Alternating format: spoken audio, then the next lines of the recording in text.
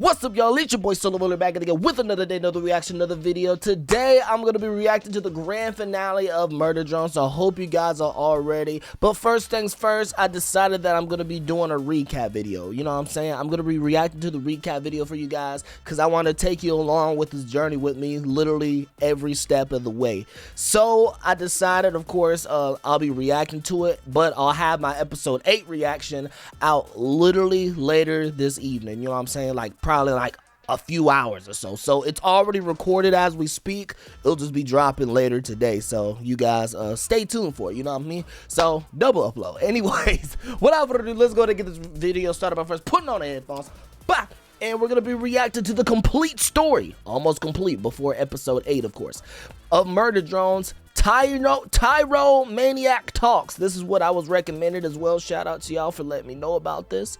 And yeah, anyways, without further ado, let's go ahead and get this party started in a 3, a 2, a 1, and a bah! No spoilers, it's recently please. Come to my attention that Murder Drones can be quite the confusing series for a lot of people. I was kind of confused. Everyone is willing to dig through hours of content frame by frame to try and understand the funny robot show. Right? Weird, right?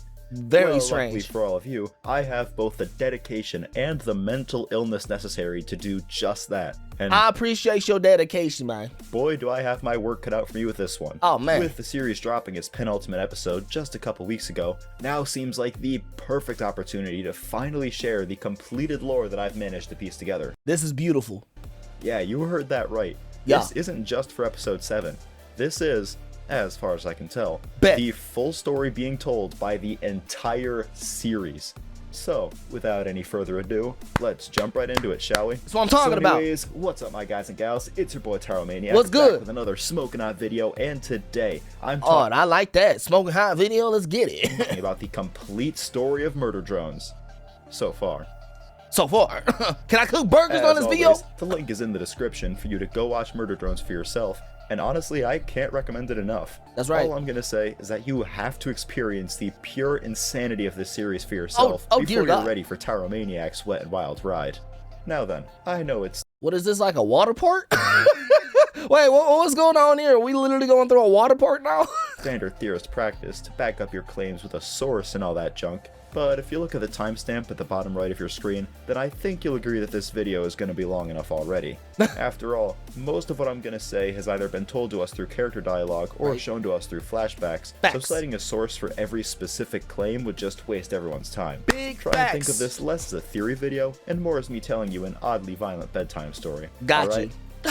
Oddly violent bedtime story. Now with that said, the story of Murder Drones can be split pretty neatly into 3 main time periods, those being the events on Earth, the events on Copper 9 before the pilot, and the events on Copper 9 after the pilot. Yep, and that's the thing I was kind of confused with. The Earth Copper 9 before, I didn't even know it was called Copper 9. That was one thing right there I'm already messing up. I, of course, knew about the Earth, but before the pilot, after the pilot, I was kind of confused in that scenario. So then, where better to start than at the beginning? Here we go. Alright. Our story begins somewhere on Earth with an interstellar company named J.C. Jensen, Facts. a company best known for creating autonomous robots called worker drones. These drones were basically treated like slaves, doing anything from domestic service to manual labor, until their human masters decided they weren't worth keeping around anymore. So kind of like how the game, have you guys heard of the game Human Detroit? It reminds me of that. And it was straight to the landfill. Typical humans versus robots stuff. But with one small difference. You see, J.C. Jensen had carefully created an entire procedure laying out in exact detail how to properly disassemble an unwanted drone. A procedure that went ignored by basically everyone. Unfortunately for all of creation, it wouldn't be long before humanity figured out why J.C. Jensen put so much effort into making said procedure. And it all started with a discarded drone named Sin. After being improperly disassembled and tossed aside like so many of the other worker drones. So Sin was the discard. Okay. His AI had been so badly damaged that it somehow managed to remain active even after Sin herself was long dead. Her AI was forced to adapt as a result, eventually leading to a rare mutation that not only brought Sin back to life, but also gave her the ability to manipulate and even assimilate the world around her as she saw fit. Facts. The name of this mutation? The Absolute Solver. And that's what I was confused about. Some point in the series, shout out you guys like letting me know of what that specifically was. Absolute solver. Back from the dead and thirsty for revenge against humanity, it wasn't long before Sin was discovered and rescued from the trash heap. Her savior was a young girl named Tessa Elliott, who had made a hobby out of adopting and fixing broken drones. Not realizing just how monumental of a mistake she was making, Tessa took Sin back to the Elliott's family manor with the hope of fixing her too. And we discovered that she was also a human as well, because like she clearly ain't a robot. Like I'm putting my hands down right now. I place all my bets, man. All my money on the line, man. Completely unaware of the eldritch horror she had just brought home, Sin got to work almost immediately, spreading a nerfed version of the Absolute Solver mutation to the rest of the family's drones, including Tessa's favorites, N, V, and J. As she corrupted each drone, she managed to give herself administrative access over their AIs, making sure to wipe their memories, just to be safe, as she added them to her growing army of corrupted drones. Of course, Sin was careful to keep her actions secret, leaving the Elliots at a complete loss as to why so many of their drones had suddenly stopped working. While some, like Tessa and Jay, before Jay was corrupted that is, had before Jay was corrupted, right. suspicions, Sin was able to more or less stay right under everyone's noses while she waited for the perfect opportunity to strike. Lucky for her, that opportunity came one fateful evening when the Elliots decided to host a gala with plenty of... Okay, so Sin was in control of what was going on with Uzi, from what I'm assuming. Okay, so that's like kind of like the headmaster of what was going on, but this is just like my speculation, and of course it's still early in the video. Unsuspecting humans in attendance. Once all of the guests had arrived and settled in, Sin decided to make her move. With the last of the Elliott family's drones infected, and all of those defenseless humans conveniently packed into a single room, the gala quickly devolved into an absolute massacre. Not a single human survived, and when JC Jensen personnel eventually showed up to investigate the aftermath, all they found was death, and just a little bit of death. That said, while JC Jensen might have been too late to stop the gala massacre, they were just in time to witness the beginning of Sin's true plan. You see, during her stay at the Elliott Manor, Sin had secretly converted the basement into her own little lair. I mean, it helped that Jay kept locking her down there, but that's besides the point. Using the basement as a sort of makeshift laboratory, Sin was able to physically alter her corrupted drones, turning... I guess you could say Sin was sending the wrong signals? No? Okay, did y'all click off? Are y'all still here? I hope y'all still here with me, man. But used to be helpless slaves into living weapons. The first disassembly drones. N, V, and J were obviously first in line to be upgraded, thanks in part to N basically rising up Sin without realizing it. Regardless, what in the handsome squirrel was that? With the Elliots taking a nice family vacation 6 feet under, along with all the other gala attendees, Sin was finally free to show off the true power of the Absolute Solver. Thanks to a neat little trick known simply as Null, Sin was able to create a singularity, basically a controlled black hole. Oh, okay, so that's why we've been seeing Null, because I was like, why are we seeing Null all the time now? And that did start happening like sometime down the road in the series. It kind of confused me a bit. Above the Elliott Manor, utterly erasing the entire building from existence, while also digging a giant flesh pit into the ground below. Having finally grown into her full power, and with no one left alive to warn the world about what was coming, Sin was ready to carry out her true plan. All-out war against humanity. Not too long after the Elliott Manor incident, Sin sent out her army of disassembly drones to kill off as much of humanity as possible.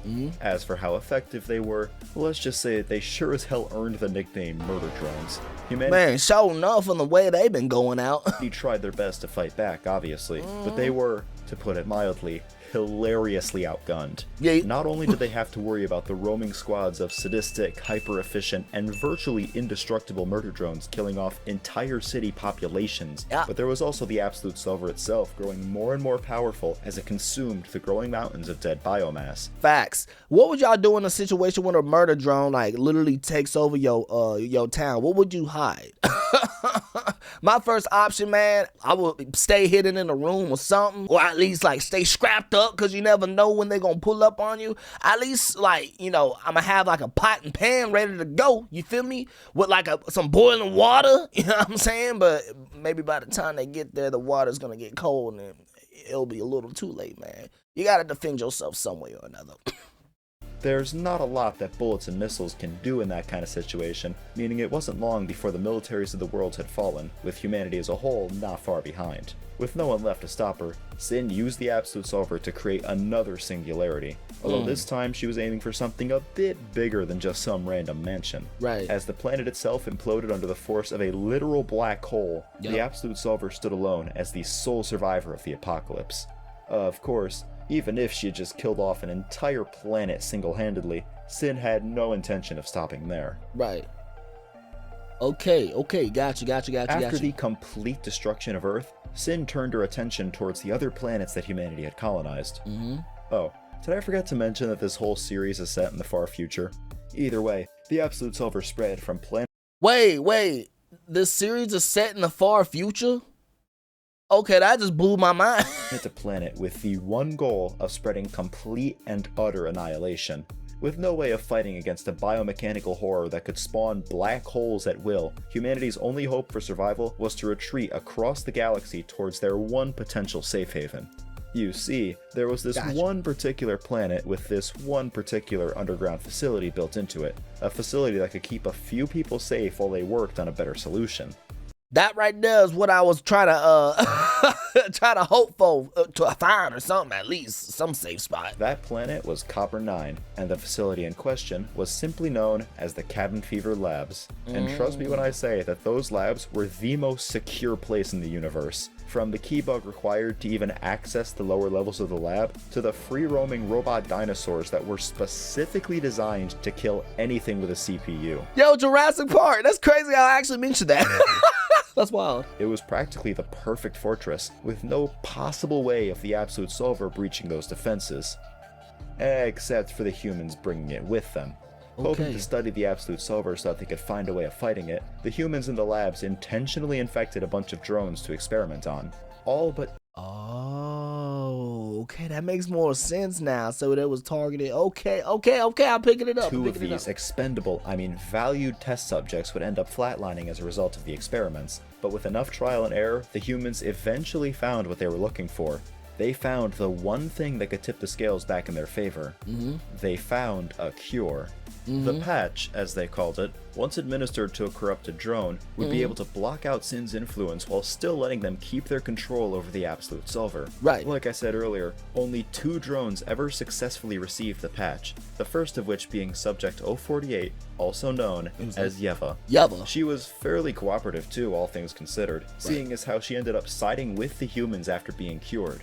Subject 02, on the other hand, the second of the 2 drones, was a little less cooperative. Nori? By the time the humans had the patch ready, Sin had already noticed that the humans were infecting drones with the Absolute Solver, which was essentially doing her job for her. Right. Seizing the opportunity, she took control of O2, also known as Nori, and used her as a host to attack the humans on Copper 9. Right. The now possessed Nori was easily able to break free of her containment and send every one of those Catholic scientists surrounding her straight to meet Jesus. Got you. It wasn't until Yeva herself stepped in with her own Absolute Solver abilities that Nori would finally accept the patch and free herself from Sin's control.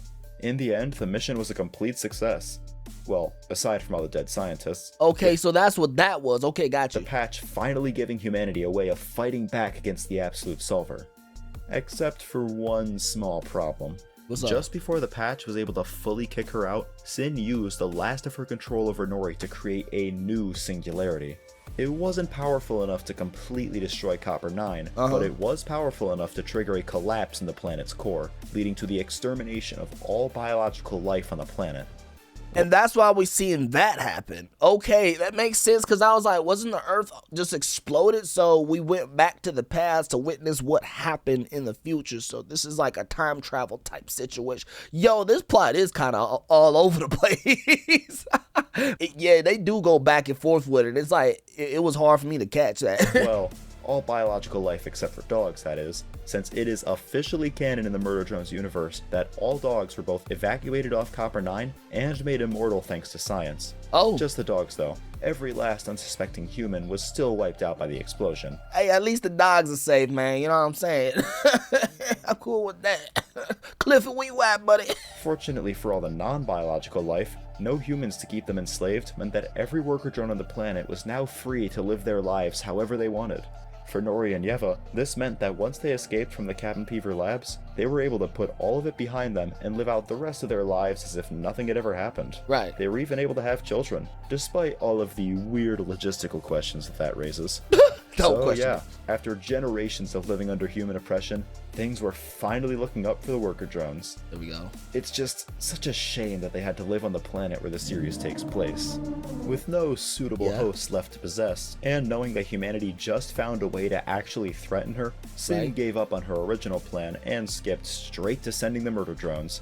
The minute they touched down on the planet, they spread out like a swarm of locusts to fulfill their mission of turning the Geneva Convention into a checklist.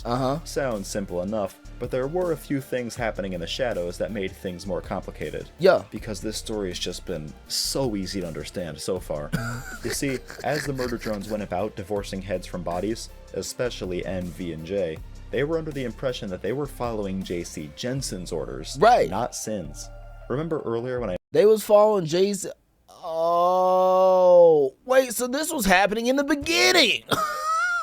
What the world? Okay, so it's like we started from the later episodes was starting from the beginning, from the plot, but then the first episodes ties up to what was happening towards the end. Yeah, my mind's just blown now. I mentioned that the murder drones had their original memories wiped. Well, it turns out that those deleted memories had also been replaced with false ones. None of the drones on Copper 9, worker or murder, even knew what an absolute solver was. As far as anyone knew, it was the humans who built the murder drones and airdropped them onto Copper 9. Airdropped? Yo, what? Regardless, it didn't really matter whose orders they were following. What mattered was that the murder drones followed them concerningly well. They managed to mop the floor with any worker drone that wasn't hiding behind some Attack on Titan-ass doors while barely breaking a sweat. And the only thing holding them back from total mission success was the Sentinels keeping them out of the Cabin Fever labs. They'd even managed to kill off Nori and Yeva, the only two drones on the entire planet capable of putting up an actual fight. So that's what that was. Yori. Oh, okay. Nori, or at least that's what everyone thought, but we'll get to that later.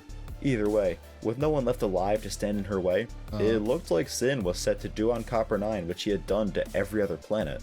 I mean, you'd definitely think so, but then you'd be forgetting about something very important that Nori just so happened to leave behind. What was that again?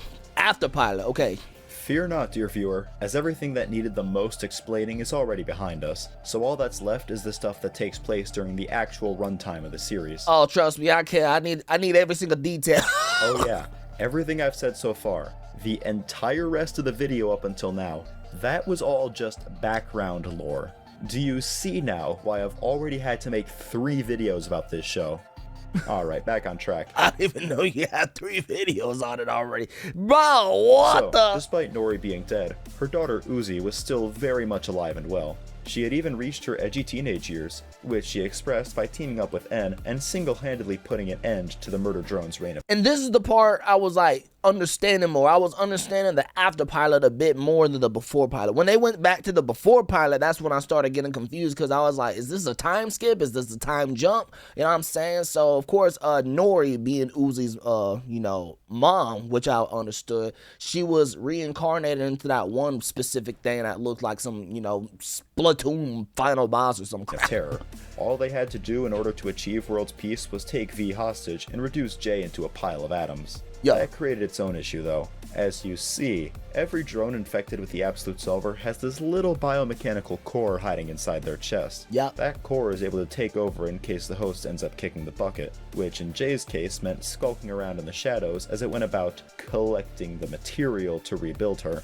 For N, V, and especially Uzi, finding out the Absolute Solver served as the wake-up call that there were much bigger things to worry about than J.C. Jensen. To complicate things even further, it turns out that both Uzi and Doll, Yeva's daughter by the way, ended up inheriting the Absolute Solver Yeva's daughter? See, I didn't even know that. mutation from their mothers. And let's just say that it spawned a bit of tension. Both of them were scrambling to try and figure out what was happening to them and how to fix it, but at the same time they were both working towards their own separate goals that kept them from working together. Right. It just so happens that V had been the one to kill Yeva, which meant that Uzi choosing to work with V slightly rubbed Doll the wrong way. So, Oh, that's why. Okay. I'm starting to make. Okay, I get it. Okay, I get it now. while Uzi, N, and V were all working together to try and uncover the mystery around the Absolute Solver, Doll was off on her own doing basically the exact same thing, while also plotting to avenge her mother's death. So that's why she had a similar plot to. Okay, that's why they was both doing this like similar thing. Okay, that makes sense though. I was like, why is it? I was like, oh, okay. It just clicked. They got the same motive, but at the same time, anytime they meet up, then Yeva would get like, she would feel some type of way with Uzi. Okay, gotcha. As if all of that wasn't enough, it wasn't long after Uzi's Absolute Solver became active that a grown-up Tessa and a clone of Jay crash-landed onto Copper 9 with their own mission to complete. Grown-up Tessa and a clone of Jay. Oh yeah, there's a lot of different plot points to keep track of in this series. Anyways, in an attempt to learn more about the Absolute Solver situation, Uzi hacked into N and V's memories to try and help them recover whatever scraps were left. Okay, so that was memories. Alright, gotcha. Not only was she able to get the information she was after, but in the process she was somehow able to replace Sin as the pair's administrator, essentially freeing them from her control. Now, with a basic idea of what they needed to do and where they needed to go, our main trio made their way back to the Cabin Fever labs, only to realize that they weren't the only ones. As it turns out, Doll had already made some sort of deal with Tessa since they were both ultimately after the same thing, the patch. Doll wanted it so that she could cure herself of the Absolute Solver's corruption, and Tessa wanted it to help humanity fight back against the Absolute Solver. This deal wouldn't last for too long, however, as Doll ran off on her own with the key bug I mentioned earlier the minute she realized that Tessa was going to be working with our main trio. After sending Jay... Oh, okay, so Doll went off on her own because she realized Tessa was working with the main... Okay, gotcha. Okay, that makes sense now to fetch the dropship they crash-landed in, Tessa joined N, V, and Uzi in a race against Doll to navigate the labs and be the first one to find the patch. While dodging the free-roaming sentinels and the hillbilly psychos in the upper layers of the lab, however, it became increasingly obvious that Uzi's Absolute Solver was starting to cause problems. Seeing the opportunity to possess a new host, Sin had begun to slowly creep her way into Uzi's mind with the hope... Okay, so she was possessed, and of course it was from Sin. Okay, gotcha. Okay, that clicked. I knew she was possessed, but I just didn't know who it was that was possessing her. Of using her to finish the job she started with Nori. This wasn't helped by the fact that Tessa, seeing Uzi as a threat to all of humanity, started probing N to see if he would be willing to kill her if it meant saving the universe. This, alongside everything else I previously mentioned, all came to a head after one final plot twist from Doll managed to get V killed by the Sentinels. Just barely able to... So Doll got V killed off. Okay, that's what that was. Gotcha. Escape with their lives. Our surviving cast of characters were finally able to reach the bottom layers of the lab, bringing us at long last to the events of episode 7. Yup. Oh yeah, this was all an episode 7 video in case you forgot. If you've seen it already, which you should have, you already know how the rest of the story plays out.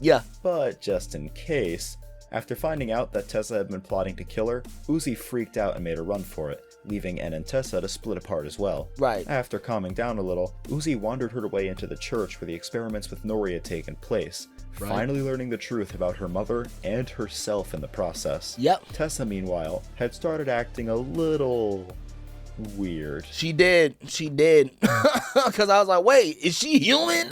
Not only had she started talking all vague and cryptic-like, but there was also her brief run with Doll that would end up being the last time we saw Doll alive. Lastly, we have N, who ended up finding and teaming up with Nori so that they could use the patch and save Uzi. Oh yeah, that Nori. You see, while the murder drones might have been able to kill off Nori's original body, they made the crucial mistake of leaving the core in her chest untouched. That core... Gotcha, so that's how she was able to stay alive. Essentially became Nori's new body, which she used to make her way back to the Cabin Fever labs and continue the fight against the Absolute Solver. Once Nori showed him the patch, however, N realized that Tessa had been lying to him about needing to kill Uzi in order to save the universe. Realizing what this meant, and finally turned on and even killed Tessa in an attempt to save Uzi, Got you. only to realize that he was already too late. Sin had finally taken full control over Uzi's body, using her to destroy the patch and kick off a final showdown against Ann and Nori. Like it's part of the plan, like, come on, man. And was able to help Uzi regain control of herself using the literal power of love, though at the cost of Nori being drop-kicked down a giant flesh pit. Yeah. While the two lovebirds shared a wholesome embrace, however, Yep. Tessa decided to come back to life and drop the act altogether. She ripped off her suit and helmet, revealing that this grown-up Tessa had in fact been Sin the entire time. Huh? What? Grown up Tessa was... See, I didn't even know that was the case. What? Not only did Tessa never survive the Gala massacre, but Sin had gone so far as to wear Tessa's hollowed out corpse like some kind of skin suit. With no hope of standing up to the original host of the Absolute Solver, the only thing Uzi could do was sacrifice herself to save N, with What? the final scene of the episode showing her being dragged down into the giant flesh pit by Sin's tendrils. Yep. That, ladies and gentlemen, brings us to the end of episode 7. Yep. Meaning that we have finally gotten ourselves caught up on the complete story, so far, of this Bro, series. what? And man, am I glad it's over. Let's wrap things up, shall we? So there you have it. 2.5 hours of plot developments and hidden backstories condensed into a single video. Yeah. That's only... 300. Yeah, now you're starting to 300 understand words. why I didn't include any of the actual evidence, right? Got you. If I did, then this video probably would have taken another month to make. Jesus. And probably would have been about twice as long. I don't think I would have been able to do that without painting my ceiling a new shade of gray matter, and I doubt you guys would have wanted to watch it anyways. So hopefully you enjoyed the more story-esque layout a bit better. I appreciate what you did, man. You know what I'm Anyways, saying? I am officially exhausted both mentally and physically, so I think that's it for this video. So remember to light up that like button, smoke that subscribe button, drop a Smoke big it. old comment, check out some of the videos on the left, and I will see Oh. you guys in the next video. So we cooking burgers on the like button? All right, now drop the headphones on them, man. Okay, so I understand the story a lot more now after like watching this video. And for those of you that like are watching Murder Drones with for the first time with me, I hope you guys understand it more as well. You know what I'm saying? So we're gonna go ahead and dive into episode 8 with a fresh mindset, and yeah, we'll just be ready for what's to come, man. So, anyways, y'all. This is gonna be part 1 to the video, of course, so I will see y'all later on this evening for the final episode of Murder Drones. So yeah, anyways, hope y'all take care, take it easy, love y'all to death, and Bowler out.